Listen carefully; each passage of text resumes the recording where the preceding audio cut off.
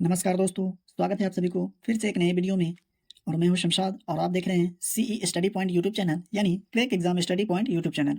तो जैसा कि आप सभी को मालूम है कि हम लोग जीके के प्रश्न प्लस जीएस के प्रश्न को कवर कर रहे हैं, वो भी एसएससी सीएचएसएल और एसएससी एमटीएस के जो एग्जाम होने वाले 2023 में उसके लिए। तो चलिए शुरू करते हैं आज का क्लास को।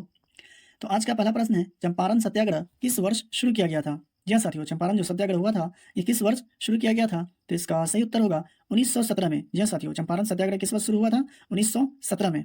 अब इससे रिलेटेड जो पॉइंट बनते हैं चलिए उसको देख लेते हैं। तो चंपारण सत्याग्रह आंदोलन का नेतृत्व गांधी जी ने किया था। यहाँ गांधी जी ने पहली बार सत्याग्रह का प्रयोग किया था। चंपारण सत्याग्रह के कारण अंग्रेजों को तिनकठिया प्रथा को समाप्त करना पड़ा था। तो यहाँ से आपके एग्जाम में प्रश्न पूछे जा सकते हैं कि चंपारण सत्याग्रह का आंदोलन का नेतृत्व किसने किया था? तो वो गांधी जी ने किए थे। और चंपारण किस राज्य में है? तो ये बिहार राज्य में है चंपारण। 2 नंबर में है, सिंधु घाटी कालीबंगन किस राज्य में है? तो इसका सही उत्तर होगा राजस्थान में। यह साथियों, सिंधु घाटी कालीबंगन किस राज्य में है? राजस्थान में है। सिंधु घाटी सभ्यता को हड़प्पा सभ्यता के नाम से भी जाना जाता है और इसकी खोज 1921 में हुई थी। यह साथियों, इससे रिलेटेड प्रश्न इससे पहले वाले एग्जाम में बन चुके हैं और पूछे भी जा चुके हैं कि सिंधु सभ्यता को हड़प्पा सभ्यता के नाम से भी जाना जाता है और इसकी खोज कब हुई थी? तो 1921 में हुई थी। 3 नंबर में, भारत की शासन व्यवस्था में पहली बार प्रतिनिधि एवं लोकप्रिय तत्व को समाविष्ट करने का प्रयास किस माध्यम से किया गया था? तो इसका सही उत्तर होगा 1892 का भारतीय परिषद अधिनियम। यानी भारत की जो शासन व्यवस्था में पहली बार प्रतिनिधित्व एवं लोकप्रिय तत्व को समाविष्ट करने का जो प्रयास किया गया वो किस माध्यम से किया गया था? तो 1892 का भारतीय परिषद अधिनियम से। 4 नंबर में है, भारत की संविधान सभा किसके अनुसार गठित की गई थी? यह साथियों, भारत का जो संविधान सभा है वो किसके अनुसार गठित की गई? तो इसका सही उत्तर होगा कैबिनेट मिशन योजना के तहत। यह साथियों, कैबिनेट मिशन योजना के तहत भारत की संविधान सभा को गठित की गई थी। बनारस हिंदू विश्वविद्यालय की स्थापना किसने की थी? बनारस में जो हिंदू विश्वविद्यालय है उसकी स्थापना किसने की थी? तो इसका सही उत्तर होगा मदन मोहन मालवीय ने। मदन मोहन मालवीय ने बनारस हिंदू विश्वविद्यालय की स्थापना की थी। सन 1916 में बनारस हिंदू विश्वविद्यालय की स्थापना की गई थी। आपसे प्रश्न पूछे भी जा सकते हैं कि 1916 में बनारस हिंदू विश्वविद्यालय की स्थापना किसने किया? तो मदन मोहन मालवीय ने। दूसरी प्रश्न ये बन सकते हैं कि बनारस हिंदू विश्वविद्यालय की स्थापना कब हुई थी? तो 1916 में। 6 नंबर में, विश्व का सबसे बड़ा लिखित संविधान किस देश का है? जी हाँ साथियों, विश्व का यानी दुनिया का सबसे बड़ा लिखित संविधान किस देश का है? तो इसका सही उत्तर होगा भारत। जी हाँ साथियों, अपना प्यारा मुल्क प्यारा देश भारत का जो संविधान है वो सबसे बड़ा लिखित संविधान है। दुनिया का सबसे छोटा संविधान मोनाको देश का है। जी हाँ साथियों, आपके एग्जाम में पूछे भी जा सकते हैं कि दुनिया का सबसे छोटा संविधान किस देश का है? तो मोनाको देश का है। और अगर आपसे प्रश्न पूछे जाए कि सबसे बड़ा लिखित संविधान किस देश का है? तो भारत का। कौन सा विशेष प्रावधान भारतीय संविधान में ब्रिटिश संविधान से लिया गया है? तो इसका सही उत्तर होगा संसदीय प्रणाली। संसदीय प्रणाली जो है वो ब्रिटिश संविधान से लिया गया है। 8 नंबर में, वर्तमान में लोकसभा के सदस्यों की संख्या कितनी है? जी हाँ साथियों, वर्तमान में अभी लोकसभा में सदस्यों की संख्या कितनी है? तो इसका सही उत्तर होगा 543 यानी 543 जो है वर्तमान में लोकसभा में सदस्यों की संख्या है। वर्तमान में राज्यसभा में 245 सदस्य हैं। जी हाँ साथियों, ये तो हुआ लोकसभा के सदस्यों की संख्या कितनी है? 543। अगर आपसे प्रश्न पूछे जा सकते हैं कि वर्तमान में राज्यसभा में कितने सदस्य हैं? तो 245 सदस्य हैं। 9 नंबर में, किस अनुच्छेद में इंडिया को भारत भी कहा गया है? जी हाँ साथियों, किस अनुच्छेद में इंडिया को भारत भी कहा गया है? तो इसका सही उत्तर होगा अनुच्छेद 1 में। जी हाँ साथियों, अनुच्छेद 1 में इंडिया को भारत भी कहा गया है। या आपसे प्रश्न ये भी पूछे जा सकते हैं कि किस अनुच्छेद में भारत को इंडिया कहा गया है या इंडिया को भारत कहा गया है? तो वो अनुच्छेद 1 में। इससे रिलेटेड जो पॉइंट है वो देख लेते हैं। भारतीय संविधान के अनुच्छेद 1 में भारत राज्यों का एक संघ है होगा यह कहा गया है। यह साथियों, भारतीय संविधान के जो अनुच्छेद 1 में है वो भारत को राज्यों का एक संघ होगा कहा गया है।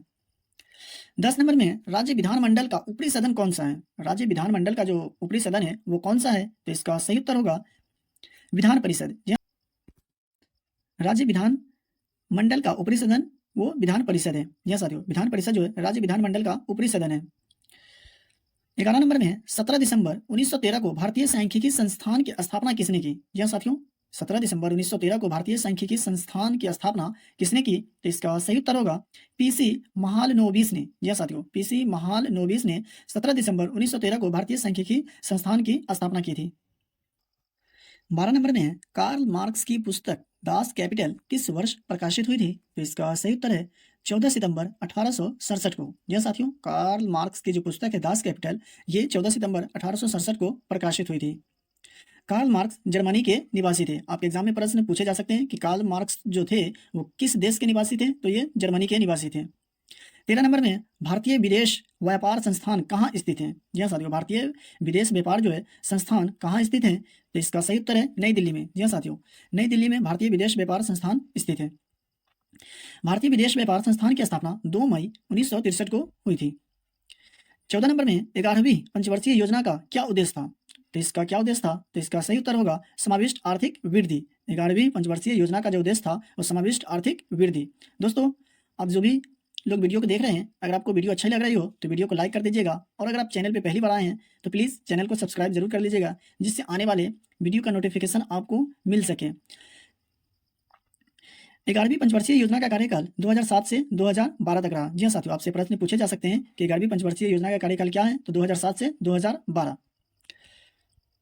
15 नंबर में सामुदायिक विकास कार्यक्रम का प्रारंभ किस वर्ष किया गया? तो इसका सही उत्तर होगा 2 अक्टूबर 1952 को। सामुदायिक विकास कार्यक्रम का प्रारंभ जो हुआ ये 2 अक्टूबर 1952 को हुआ था। अगर आप वीडियो को लाइक नहीं करेंगे तो हमको पता नहीं चल पाएगा कि हम जो वीडियो बना रहे हैं वो आप लोग को पसंद आ रहा है या नहीं आ रहा है। तो वीडियो अगर आप लोग को अच्छी लग रही है तो वीडियो को लाइक ज़रूर करिएगा, और चैनल को सब्सक्राइब करके बेल आइकन को प्रेस कर दीजिएगा, जिससे हमको पता लग सके कि हाँ, मैं जो मेहनत कर रहा हूँ आप लोगों को अच्छा लग रहा हो और आपको इससे फ़ायदा हो रहा है। सामुदायिक विकास कार्यक्रम भारत में पहली पंचवर्षीय योजना के दौरान लागू किया गया था। सामुदायिक विकास कार्यक्रम भारत सरकार द्वारा शुरू की गई सबसे बड़ी ग्रामीण पुनर्निर्माण योजना थी। 16 नंबर में भारत की सबसे बड़ी जनजाति कौन सी है? जी हाँ साथियों, भारत की जो सबसे बड़ी जनजाति है वो कौन सी है? इसका सही उत्तर होगा गोंड। जी हाँ साथियों, गोंड जनजाति जो है वो भारत की सबसे बड़ी जनजाति है। 17 नंबर में किस देश के साथ भारत की सबसे लंबी अंतर्राष्ट्रीय सीमा लगी हुई है? तो इसका सही उत्तर होगा बांग्लादेश। जी हाँ साथियों, बांग्लादेश के साथ भारत की सबसे लंबी अंतर्राष्ट्रीय सीमा लगी हुई है। 18 नंबर में भारत ने अंतर्राष्ट्रीय सुनामी चेतावनी प्रणाली को कब अपनाया था? भारत ने अंतर्राष्ट्रीय सुनामी चेतावनी प्रणाली को कब अपनाया था? तो इसका सही उत्तर होगा 2006 में। यह मत्स्य वर्ग के गेडिडेई परिवार से संबंधित है। 19 नंबर में भारत में सुनामी चेतावनी केंद्र कहाँ स्थित है? यानी भारत में जो सुनामी चेतावनी केंद्र है ये किस शहर में स्थित है? तो इसका सही उत्तर होगा हैदराबाद। जी हाँ साथियों, भारत में जो सुनामी चेतावनी केंद्र है यह हैदराबाद में स्थित है। शिमला किस भारतीय राज्य की राजधानी है? तो ये मालूम होगा आप लोगों को। तो इसकी कौन सी राज्य की राजधानी है शिमला? तो ये हिमाचल प्रदेश की। जी हाँ साथियों, हिमाचल प्रदेश के नए राज्यपाल शिव प्रताप शुक्ल। जी हाँ साथियों, अभी हाल ही में 13 राज्यों के नए राज्यपाल बदले गए हैं, तो हिमाचल प्रदेश के भी राज्यपाल को चेंज किए गए हैं। तो हिमाचल प्रदेश के जो नए राज्यपाल बने हैं उनका नाम है शिव प्रताप शुक्ल। राज्यपाल से रिलेटेड जो प्रश्न आपके एग्जाम में पूछे जाएंगे, सभी राज्यों के राज्यपाल के नाम को 2023 फरवरी 2023 तक अपडेटेड करके हमारे चैनल पे पहले से वीडियो अपलोड की जा चुकी है। आपको अगर उस वीडियो को देखना हो तो डिस्क्रिप्शन में उसका लिंक दिया हुआ है, आप वहां से देख। 21 नंबर में भारत के राष्ट्रीय ध्वज की लंबाई और चौड़ाई का अनुपात कितना है? तो इसका सही उत्तर होगा 3:2। भारत के राष्ट्रीय ध्वज की लंबाई और चौड़ाई का अनुपात कितना है? 3:2। भारत के राष्ट्रीय ध्वज के चक्र में 24 तिल्लियां हैं। जी हाँ साथियों, अपना प्यारा सा भारत के जो राष्ट्रीय ध्वज है उसके चक्र में कितने तिल्लियां हैं? 24 तिल्लियां हैं। 22 नंबर में ज्ञानपीठ पुरस्कार किस क्षेत्र में दिया जाता है? तो ज्ञानपीठ पुरस्कार किस क्षेत्र में दिया जाता है? तो इसका सही उत्तर होगा साहित्य के क्षेत्र में। 23 नंबर में पीत किस में जमा होता है? तो पीत किस में जमा होता है? पित्ताशय में जमा होता है पीत। तो दोस्तों, ये थे कुछ महत्वपूर्ण प्रश्न जीके और जेएस के जो आपके एग्जाम में यहाँ से प्रश्न पूछे जाने की संभावना है। तो अगर आपको वीडियो अच्छी लगी हो तो वीडियो को लाइक कर दीजिए, और अगर आप अभी तक चैनल को सब्सक्राइब नहीं किए हैं तो चैनल को सब्सक्राइब जरूर करें, जिससे आने वाले वीडियो का नोटिफिकेशन आपको मिल सके। और अगर इसका पीडीएफ चाहिए तो डिस्क्रिप्शन में दिए गए टेलीग्राम चैनल को ज्वाइन कर लीजिए, वहाँ से आपको पीडीएफ प्राप्त हो जाएगी।